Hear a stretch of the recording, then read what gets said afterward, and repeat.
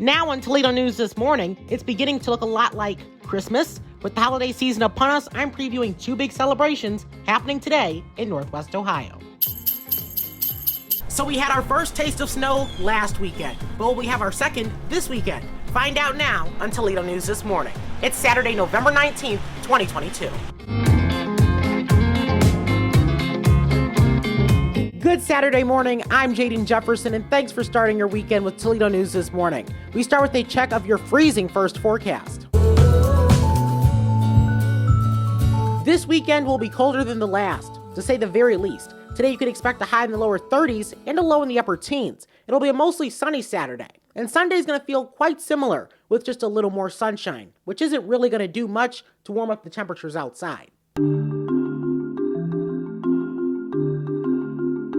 Northbound I-75 traffic has been shifted to temporary lanes just north of the Maumee River, before US 24. Northbound traffic is moving adjacent to southbound traffic, separated by a barrier wall. This configuration will remain for most of 2023. For a detailed breakdown, check out this story on jadenreports.medium.com. This is, of course, the Toledo News This Morning holiday special, so why not get to some holiday-themed events, shall we? Happening today in downtown Bowling Green, it's the annual Bowling Green Community Holiday Parade. The parade steps off at approximately 9:15 this morning, featuring plenty of businesses and organizations from in and around the community. This is, of course, a free event. We may not have even made it to Thanksgiving yet, but there is another big tree lighting ceremony set for tonight. The festivities for the Levis Commons tree lighting kick off this morning at 11:30 with live music from area bands. The actual tree lighting will take place at about 6:55 p.m. Train rides begin at 7, and photos with Mr. and Mrs. Claus will be available starting at 7:15. The festivities will conclude at about 9 p.m.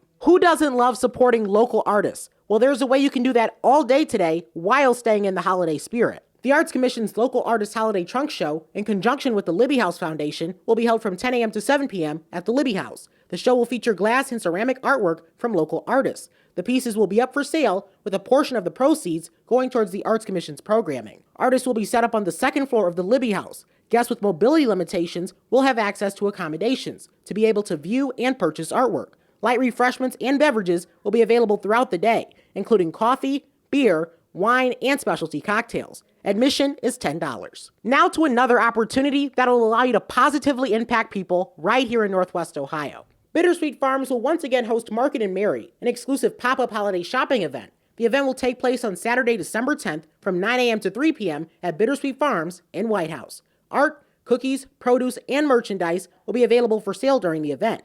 Each item is handcrafted and curated by Bittersweet participants. Every purchase supports their meaningful paid employment and Bittersweet's mission of serving adults and adolescents with autism spectrum disorders. As we prepare for Thanksgiving next week, plenty of people in our area and across the country are facing food insecurity.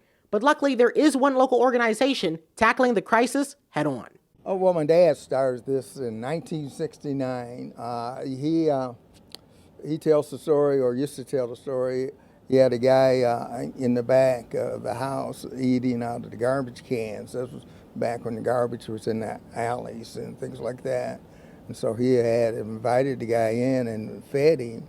And at that point, he realized we needed to do something in this city. The MLK Kitchen for the Poor was founded by Harvey Savage in 1969. And the organization's legacy lives on through Savage's son, Harvey Savage Jr. From there, we moved eventually to Nebraska. And on Van Street, right off of Nebraska Avenue, is where the kitchen stands today. And he started the church here. He had the church here next door. The pantry made the move to its current location in 1993. Each and every year, the organization responds to meet the needs of those who just need a little extra support to get by.